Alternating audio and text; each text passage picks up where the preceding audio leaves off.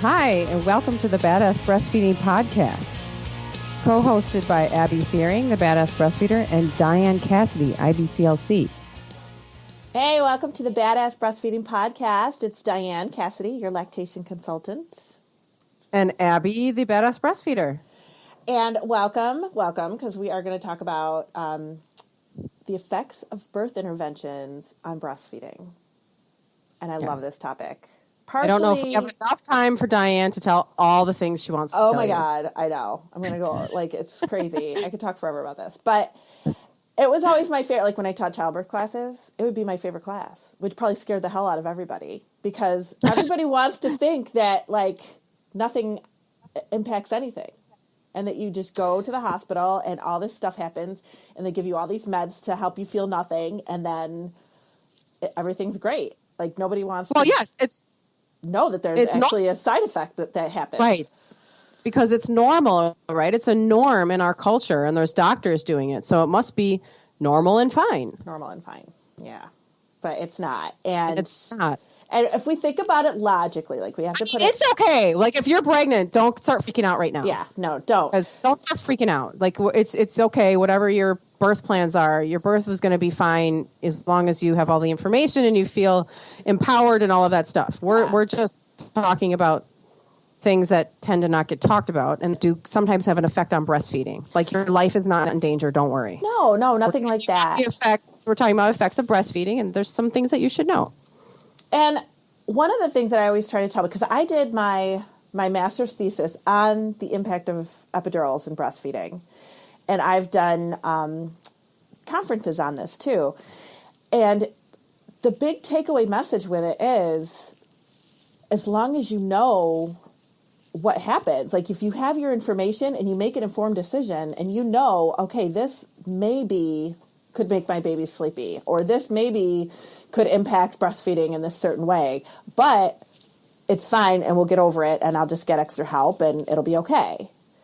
But when women don't know that, they go into it thinking everything's going to be fine, this doesn't impact the baby at all, and when their baby doesn't breastfeed, they think they're doing something wrong, there's something wrong with them, there's a problem with their baby, and that's not the case. So just have the information, that's all. It doesn't mean you could never have, an epidural or anything like that. Right. But just it's about having the information. Right. And you would never go into, at least I know I wouldn't, and I doubt you would, and I'm sure everybody else listening would never go into any kind of medical situation without knowing what the facts are.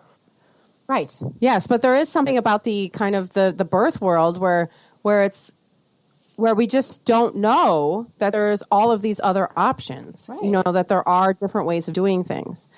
And like you said, we research so many things and we tend to not research things that are part of our normal everyday life, which birth isn't a part of our everyday life, but being around pregnant people and being around the whole idea of going to the hospital, have a baby and have an epidural, that's just a cultural normal understanding that we have of a birth. Mm-hmm. And so we don't question it. Now, do you know the epidural rate in your city, at the hospitals in your city, in Chicago? I have no idea. I could Google them. I wonder if I wonder if you'd be able to find it that easily. Probably not. I can tell you that here in Rochester. I got right here. Chicago Tribune.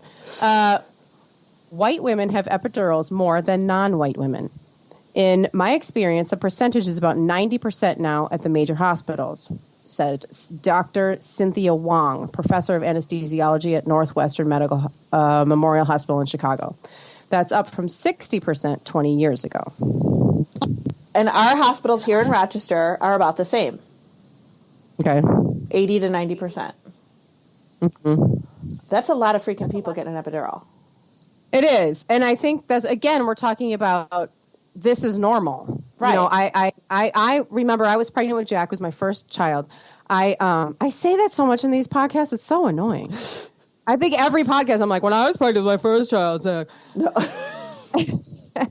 I remember sitting at a restaurant and with a friend of mine, and this woman, the waitress, she was like, oh, when's your baby, blah, blah, blah. And she was like, let me give you some advice. Take the drugs. Yeah. And I was like, okay. And honestly, when I was pregnant with Jack and I was scared. Many people are scared of labor. I was too. Obviously, it's a scary, it's a new experience. You get nervous about it. I was scared of the epidural. I went to that prenatal class and the lady was talking about the epidural, whatever. And she was like, we don't bring the needle in because some people get a little nervous when they see it. And I was like, this woman won't show me the epidural needle, which means I'm not letting you put it in me. Right. And I got so scared of that I was just like, I'm having a natural birth. I'm not going to do any of that. Got to the hospital. Of course, I didn't know anything about anything. I wasn't prepared, anything. We just went to the hospital like normal. We went in. They were all looking at me like, you don't want the epidural? Oh, well, that's weird. Why are you not doing that? I don't know about that. I don't know. They're looking at me weird. It gets to be 2:00 in the morning. I was also induced. Yeah. So now we're in for like here's another birth intervention, right? Yep. So I was induced. I was induced at I don't know. I don't even remember now. Sometime in the afternoon. So it's the evening, she checks on me. Nothing's happened. So she gives me another Cervidil. So she gives me another dose of that. I don't know what you call it. Dose? Another whatever. So now now it comes on strong. It's 2:00 in the morning and I grabbed this doctor by the collar and I'm like, where is the epidural person? Can you find the epidural person for me now? Because I need the epidural. Because I didn't know what to do. Right. I had no idea it was going to feel like this. I had no idea. I wasn't prepared. Nothing. I knew nothing. I was just like, I don't want the epidural. I'm just going to have a baby. In the hospital where they normally have epidurals and they don't know what to do for me either. So it was just going again. We had no idea. And I was I still was that's not true because I hadn't gotten to that point yet. I was like, I don't want the epidural. And she's like, well, we can give you something else. We've got these narcotics. I can give you some Stadol. That might take some of the pain off. Okay, so then I had some Stadol. Stadol, is that what it's called? I think that's what it is, yeah. So she gives that to me. They could sell that stuff on the street. Oh, yeah. So I felt it. I felt it come to my veins. I felt it course through my body. Glazed look came over my eyes, and I just settled into that bed. And I was like, holy shit. Yeah, you're out of it. I am high as a kite.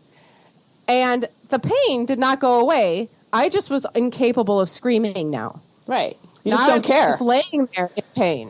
Yep. And I'm just like, oh my God, this is the worst thing ever. I started having hallucinations in my like daydreams. So did I. Yeah. I didn't have Stadol. I had Nubane, and I remember I totally was seeing things. Yeah, I started seeing in my mind the street that I grew up on all in plastic. Oh my God. Just made of plastic, plastic houses and a plastic fence and a plastic Monopoly board. I was like, oh my God, what's happening? And then I was trying to shake, I was trying to shake myself out of it. And I'm like, this sucks. And then again, now the pain, now that starts to wear off and the pain is still there because, it's birth. Yeah. And then I was like, okay, epidural person. Now it's the middle of the night. And I'm like, where is he? Get him in here now. I want to get him in here now. So they finally come. They give me the epidural. I lay down on the table. Now I can't feel anything. So now I'm completely numb. The pain is completely gone. And I start shaking. I was literally laying on the table. I looked like I was having a seizure. And my doctor looks at me and she's like, what's the matter? And I was like, I don't know. I have no idea. I cannot. She's like, are you cold? And I was like, no, I just cannot stop doing this. And you know what she said to me? I'm not lying to you. She said, oh, that's because you were in natural labor for too long. Your body is in shock now. Stop. That is what she said to me. Oh, my God. You went through natural labor for too long. Oh, and before I even got to this, I was in her office and I said, I don't want to have the epidural. And she looked at me and she said, you can't do that. People don't do that. Oh. And I said, what? And she was like, you'll be bouncing around too much from the pain to do that. Oh, my God. And I was like, oh, my God. Oh, I didn't even, at the time, I was just like, screw you. I can do whatever I want. Right. But then I got into a situation that I wasn't prepared for. And I I had all the, I finally, and then, so then I got the epidural. I'm laying on the table. I'm shaking. I finally stopped shaking. My husband's passed out in the corner. I slept a little bit. I wake up. Here comes the pain again. The baby's not that much closer. And so now I'm bouncing around from the pain. Right. Because the epidural is completely worn off. Now I'm back where I started. The epidural, they're not going to give you a second epidural. We get to the point where, okay, now I'm pushing. He's trying to come out. He won't come out. I can barely, I've been up for like 30 hours now. I can't do anything. And then they're all standing around. More and more people come in. By the time he was born, there was like 15 people standing around my vagina.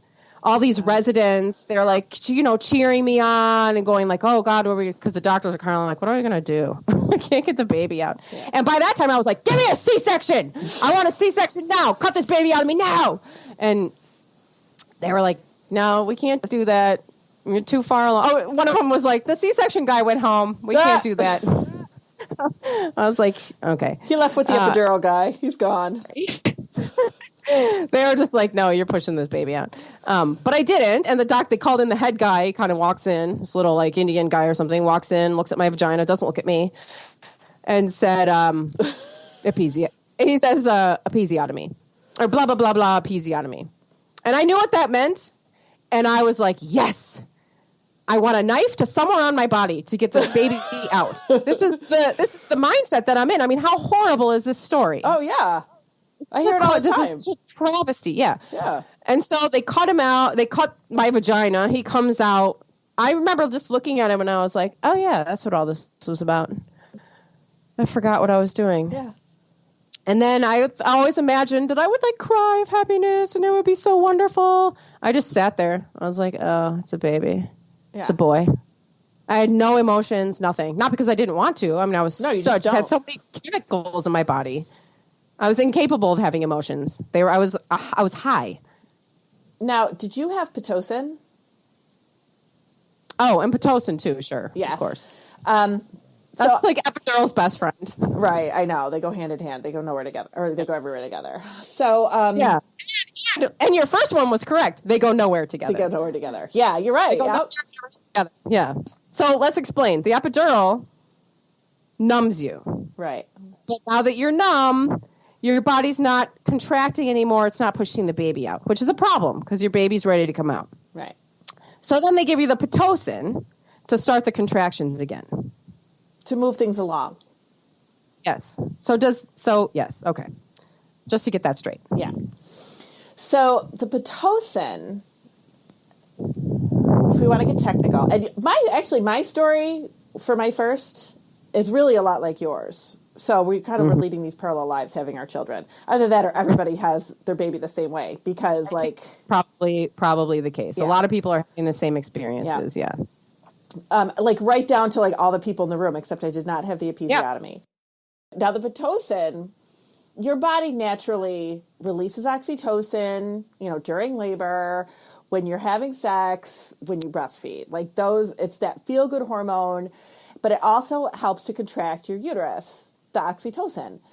So when you get Pitocin is synthetic oxytocin, and Pitocin will actually block your natural oxytocin reflex, which is why you don't have those lovey feelings when your baby's born, because your body is now not releasing its own oxytocin because it's masked by the Pitocin that they're giving you.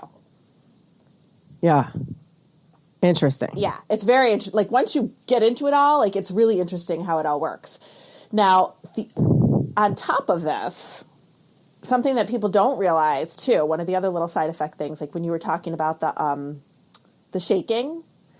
So there's little, everybody worries about, okay, I'm going to get an epidural. Is it going to make me paralyzed? Like I've been doing this for 10 years. I've never met anybody who's even known anybody that's had that problem. No, you'll be paralyzed for a little while, but not forever. Not forever, right? But of course, they have to tell you that, and then they're like, sign on the line, and at that point, you don't care what you're signing. You're like, whatever, Right. So,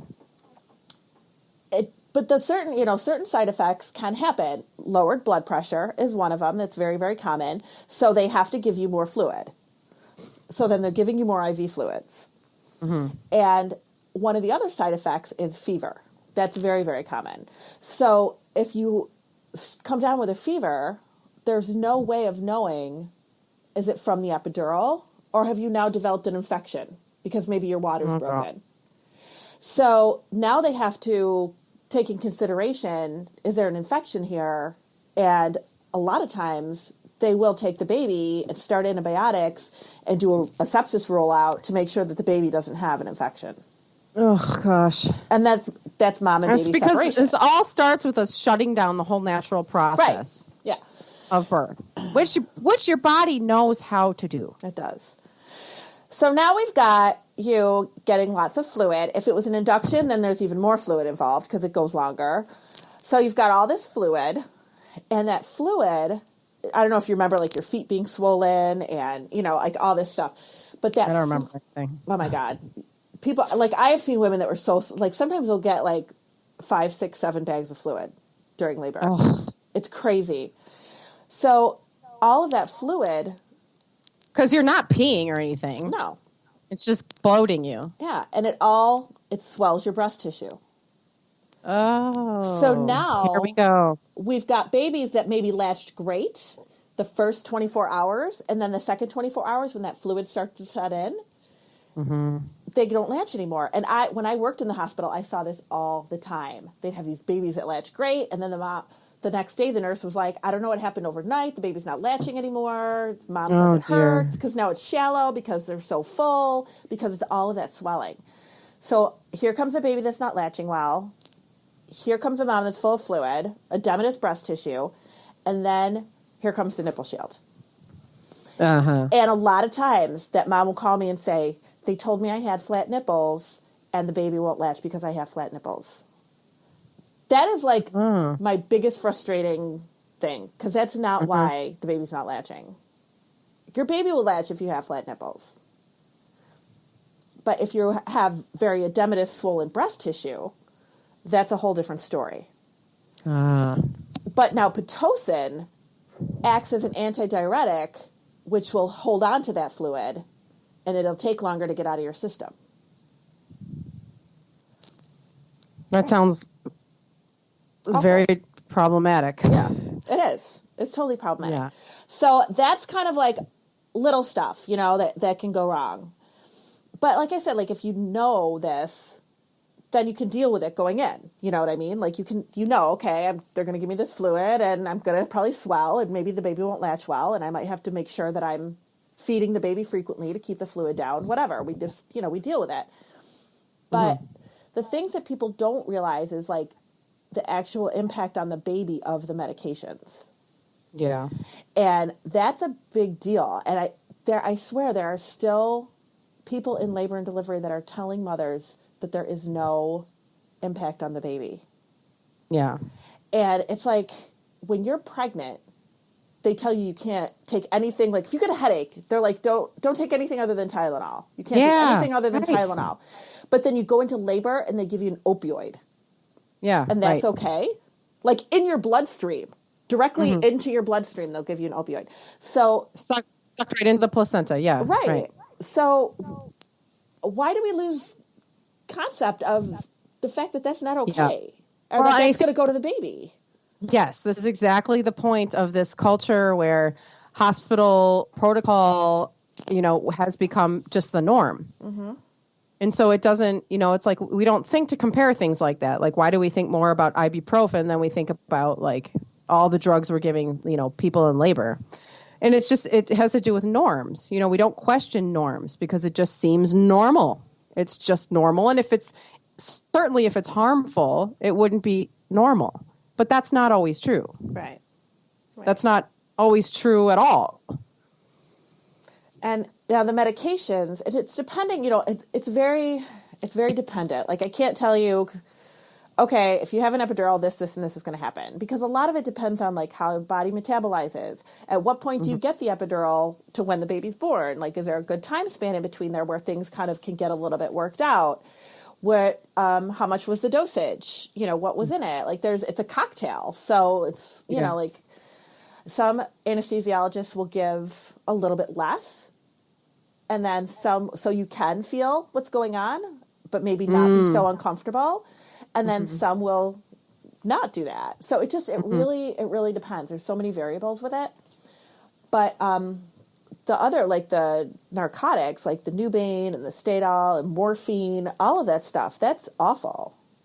Yeah, that's not healthy stuff. One of the hospitals that I teach in, there was we'll have nursing students that sit in on our classes. And one of the nursing students told me one day, she said that she was at labor, and they had Narcan in the room. And she asked about that, and they were like, well, because when there's, like Nubain and stuff involved, that can cause breathing problems for the baby. So we keep Narcan in the room just in case. Oh, God. Yeah, and see, this is the point here, is that there's rarely a case, I would say never a case, where there's going to be an intervention that doesn't lead to other interventions. Right. It's always, intervention leads to intervention leads to intervention. And so,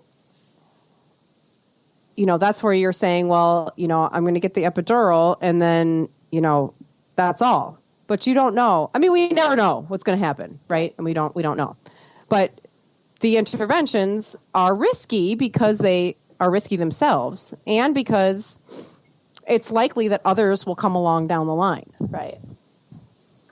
Like, and even if it's just the epidural, the fluid's involved.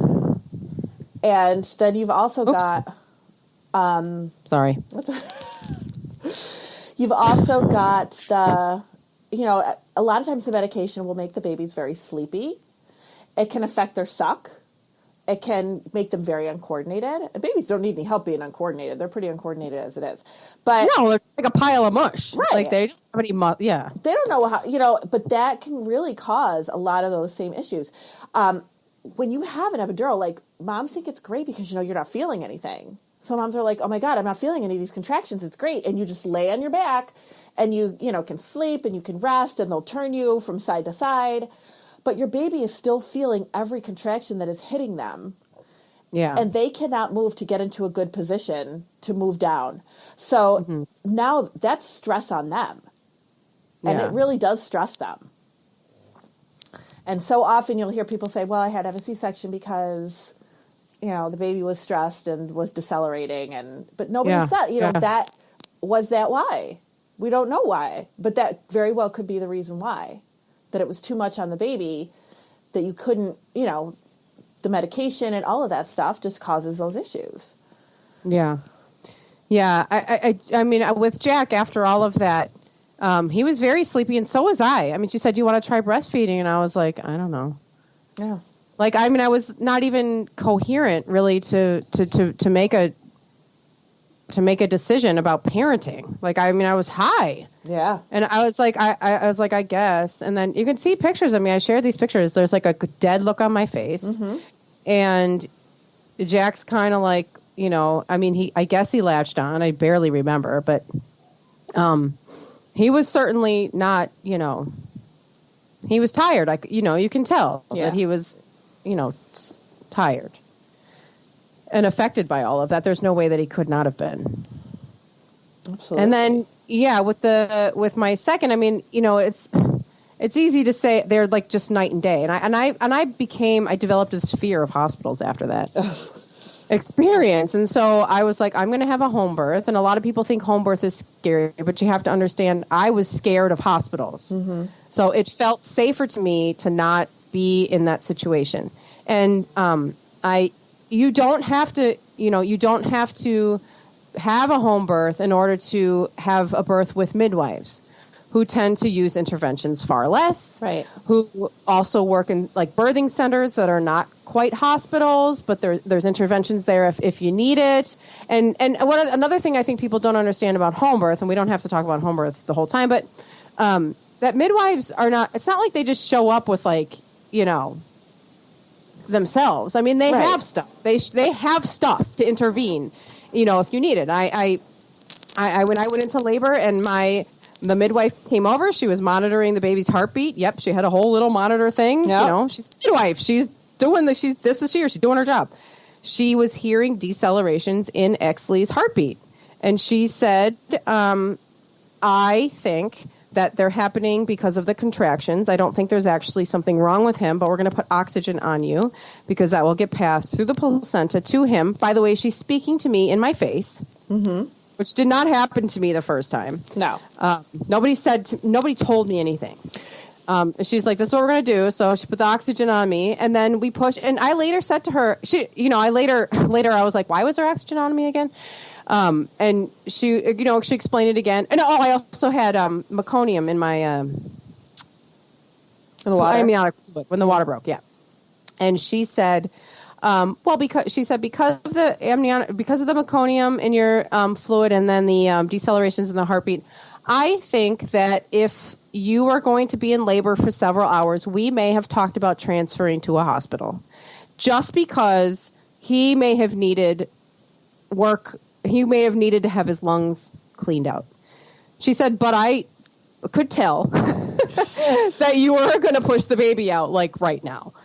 And she said, so I felt comfortable doing this. So, I mean, this is like, from my experience of this kind of in the hospital setting where they're hung up on a lot of this, they're pressured to keep on a time schedule. They're pressured to keep with a protocol. They have to, and the midwife here at my house, she was not under any pressure. Her only pressure was to make sure I and the baby was okay. That was her only thing she had to worry about. Yeah. And so she was able to make this decision completely based on my health and safety, not on time pressures, not on any of this other stuff. And so it was, and then, and then the baby was born, Exley was born, and, he was fine, and he nursed right there. And so it was a completely different situation. I don't want to say that you can't have an empowering birth in a hospital. I can't say that, because people do all the time. Yeah. And I recognize that, and that's totally fine. But again, this is what we're talking about, right? We're talking about having all the information. We're talking about going in prepared. We're talking about getting the answers, and getting the information that you need so that you can just be a part of it. You're a part of this. Is your birth, right? There. But this is yours. The mothers that have a very empowered hospital birth are educated in what's going on, and they have a really great support system. A good relationship with their doctor. They're, they know what they're doing. They have people with them. Research doctors. Mm-hmm. Yeah, they researched everybody, and I'm sorry, I cut you off. No, no. But when you say, that she was explaining everything to you, that is, as you were saying that, I was thinking about how I had oxygen on me when I was pregnant, or when I was laboring with Nathan. At one point, they did the oxygen, and they never explained to me why. At least I don't remember them explaining it to me.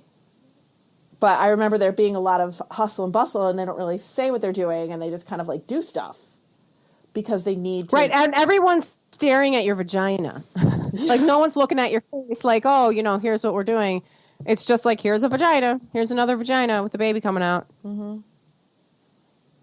Yeah, I mean, it isn't, and it's a sort of impersonal setting if you're in a situation like I was in. Obviously, all hospitals are different, right? And all, but I didn't know. I had no idea when I had Jack that there were things called birthing centers. I had no idea that there was a thing called home birth. I had no idea that absolutely, competent, trained medical people were working in these fields and in these areas, and I had the choice to give birth in that setting if I wanted.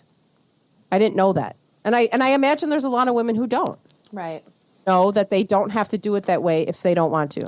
And that home birth midwives, I know a couple of them here, and they don't show up with a pot of boiling water and some sheets. Oh, exactly. And strip sheets. Yeah. They know what they're doing, and they will, She had all her stuff. Yeah, they have stuff, And then they also know when to transfer. And they don't take just anybody. Like I had a friend who had a home birth with one of her kids, and then she was borderline gestational diabetic for another one of her kids, and they wouldn't take her for a home birth because of that. I mean, you have to have a low risk. Yeah. Very low risk. They know. They're not just like, ooh, another customer. Right. Like, you don't want the liability of something going wrong with you at home either. No. Like, this is their career. This is their passion. Like, they're going to tell you, like, we don't think it's safe for you to have a home birth. We think you should be in a hospital. They'll tell you that. I have this one doula that I know that's got 4 kids. And her last one was a home birth. And I was like, what made you decide to do that? She goes, I don't have any problems birthing in a hospital. I'm fine with that. She goes, but I have a problem trying to get out of the hospital because they want to do this test and that test. And we might have jaundice. And now we have to go under lights. And we have to do one more blood test. And we have to do these blood sugars. And we have to do... It's a lot. And that's what she wanted to avoid that time. Well, and we have to know that it's just like with anything else. They have all this equipment in the hospital and they need to use it. They need to have a reason to have it there. They want to use it. And I mean, Jack didn't pee within like the, recommended amount of time for him to pee. And so they sent him on a whole slew of tests around the hospital. He had a test on his kidneys. He had a test on this and that. And actually my doctor came in, and this is another disturbing thing. She comes in and she's like, what's going on? And I was like, I don't know. He didn't pee. Then now he's out with tests. And she was like, oh God, I could have made that baby pee. She was like, I would have just thrown some water on his penis. He would have peed. So my doctor didn't even agree with all these freaking tests that are going around because she was out. She had to go home. She had to go sleep. So some other doctor was on shift and they didn't communicate to each other. Oh, and then, I had one nurse who was giving me an IV. I had an IV in my arm, and the nurse comes in and she was like, why is your IV on that arm? That's the wrong arm. She's like, well, you're gonna burst a vein. What? And I was like, what? She's like, you're not supposed to put an IV on that side. And I was like, okay. Oh my so she rips it off and puts it on the other side. And I was like, do people talk to each other here? Now, granted, if you're about to have a hospital birth, I'm sorry if I'm scaring you. Please don't let me scare you. This hospital is a piece of crap. So everybody knows it in this city. So I didn't know it, of course, until after the fact. So I don't mean to scare you. I just mean that, in my experience, it was not a good experience. And it really, it's very different for everybody, which is one of those reasons why when people tell their birth stories, people go, oh my God, this is going to happen to me. I better go get an epidural because my friend was in so much pain. And it's like, I have had moms that went into labor, didn't even know they were in labor, walked into the hospital at 8 centimeters and popped out a baby. And they were like, I thought it was going to be so much worse than that. I didn't know that that's like everybody's perception is so different. And everybody's expectations are different. Right. And everybody's going to have a different experience. I mean, your body is different. And you really, you should be in a situation where your individual situation is taken into account. Yes. Okay, well, you're, I mean, even just having a doula there, she would, a long time before I went into labor with Exley, she was like, so do you have any fears? And I'm like, what is this, therapy? And she's like, well, kind of. She's like, kind of. Like, do you have any fears? Like, what are your fears? What are your whatever? And like, we got to work that out, before I gave birth, which made me much freer that day to just focus on that. Right. And it was like, okay, well, somebody, she was just like, I mean, you're about to go through a big thing. Well, let's talk about like how it's going to be. Right. I mean, bottom line is you know yourself better than anybody. And if you know that you don't tolerate pain well, or that you have anxiety over being in a hospital or needles or, like stuff like that, that stuff plays into account what your decision is going to be. Totally. And your history with your body, right. Your history with maybe trauma. All of that. Yeah. But that's why it's so important to have all the information and to know, like, I've told moms like in childbirth class, if you know that you don't tolerate pain well and the best decision for you and your partner is for you to be medicated and have a medicated delivery, then that's fine. Just know what the side effects are. That's right. All. Just know what you're doing. Yeah. You don't want it to be a surprise later. Just know. Just know. And then, like some moms don't realize that you get a catheter with a epidural. Mm-hmm. And they're like, what? I I get a catheter? Are you kidding? I don't want a catheter. I can't get up and take a shower right away. What? No, you can't. Like they won't let you up for a couple hours, like it's, but they don't know those things. Right. And that's not the information that the anesthesiologist is giving you. I mean, like by the time he's there, basically he or she is just going to walk in and just, they'll tell you, position your body this way, whatever, but they're not going to stand there and give you a whole lesson on epidurals. No. They don't have time for that. No, not at all. So you do have to research a lot of this on your own. And we will help you if you so choose, because we have to do those things. If you have concerns or questions, just let us know. Yeah.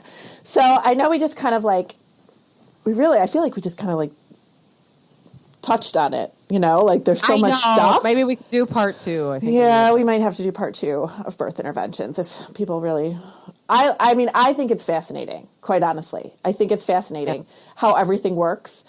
But other people might not be as interested in it as me, but whatever. Yeah. And it gets to be controversial too, because, you start talking about things that are normal and that people have chosen. And then, people might have feelings about, the fact that we're talking about this. And that's okay. I mean, that's okay. Your feelings are okay to have, and you can bring them to us. Yes, absolutely. So that is, now you all know our opinion on what's going on with birth interventions.